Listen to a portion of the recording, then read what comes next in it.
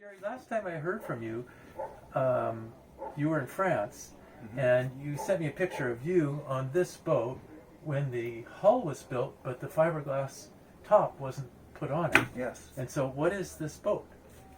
Well, this is the Allure 45, which is,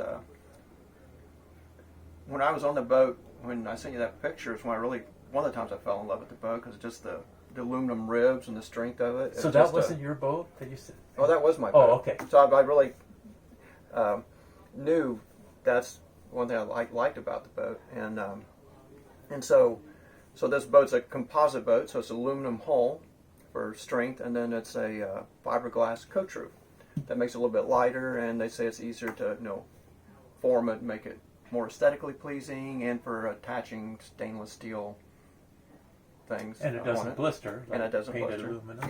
Yeah. So. And so Gary, since you left France upon taking delivery of your brand new boat, how many miles and how many years?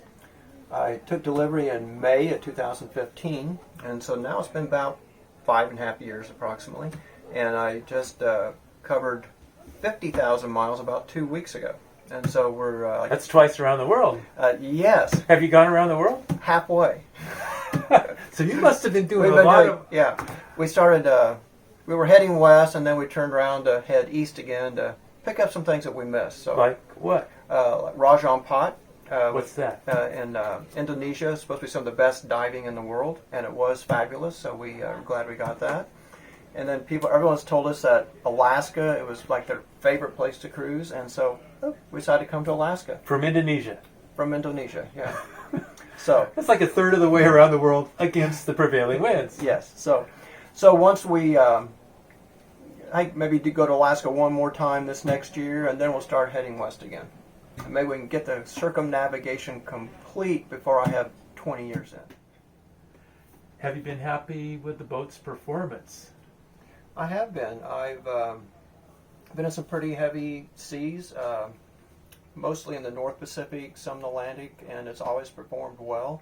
Usually we're going downwind in the heavy seas, but we've had some gales in the North Pacific coming to Alaska where we were in a close reach situation, and it did just fine. And does the boat track well? It does. We've had over 30 knot following winds going downwind, and the autopilot will usually take care of it fine. I have one time we're having I bet 15-foot swells and high winds, and we hand steered a lot of it. The autopilot would do it, but we're kind of going probably too straight downwind, and a little wobbly, and hand steering did better, but the autopilot would handle it. So.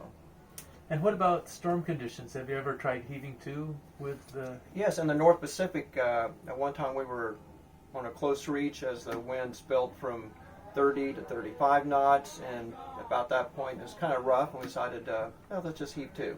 And we did, and the winds continued to build up to about 40 knots, and Noel and I were actually sleeping in the aft cabin doing most of it. We were hooked to for about 6 hours before we could start sailing again. And the boat kept a steady orientation to the wind when you were hove to? It didn't spin around or... No. Once I got things set, which was easy, it kept a good steady orientation. It did forereach, I would say. It seemed like about 2 knots. That's great. That's good. I wish it was a little less than that, but... Why? I don't know, just slide sideways, but it was doing fine. I think for this style of boat, I was actually impressed how well it did. So, would you recommend this boat? Are you happy overall that you chose it? Overall, I am happy with it. I think, like for anybody, selection of boats, a lot of personal preferences, but for me and the things I like to do, this boat has worked out really good. Like I've told many people, if I had to buy a boat again, I'd probably go back to Allure for another Allure. So what are your next goals, the next places you'd like to sail to? Well, our plan right now is, especially since this COVID pandemic is kind of limiting the ability for international travel right now some, I think we're going to kind of stay in the United States and maybe probably go to Hawaii and up to Alaska again, and then let things settle down, and then hopefully head back west. There's parts of Indonesia that we haven't caught, and head on towards South Africa. And for some reason, I still have to complete a circumnavigation. Probably no reason to, but good for you. But just to do it, and a lot of places I want to see on the way. So. And have you been happy with the length of boat? Have you felt 45 feet for two people? To me, I believe it's perfect because I can handle it single-handed. Yet I'd say it's small enough I can handle it single-handed, and it's big enough for haul about everything I want in storage. As we were discussing, my girlfriend is 6'2", and she wishes we had a bigger boat. She could stretch out and do her yoga and stuff better, but I think it's just fine. And she's managing with it. So. Are you managing well? Pretty good.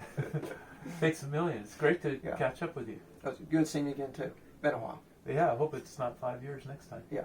Maybe New Zealand. Yeah. For 2021, we put down on paper our plans for sailing around the world and what we think we want to do and what we can do.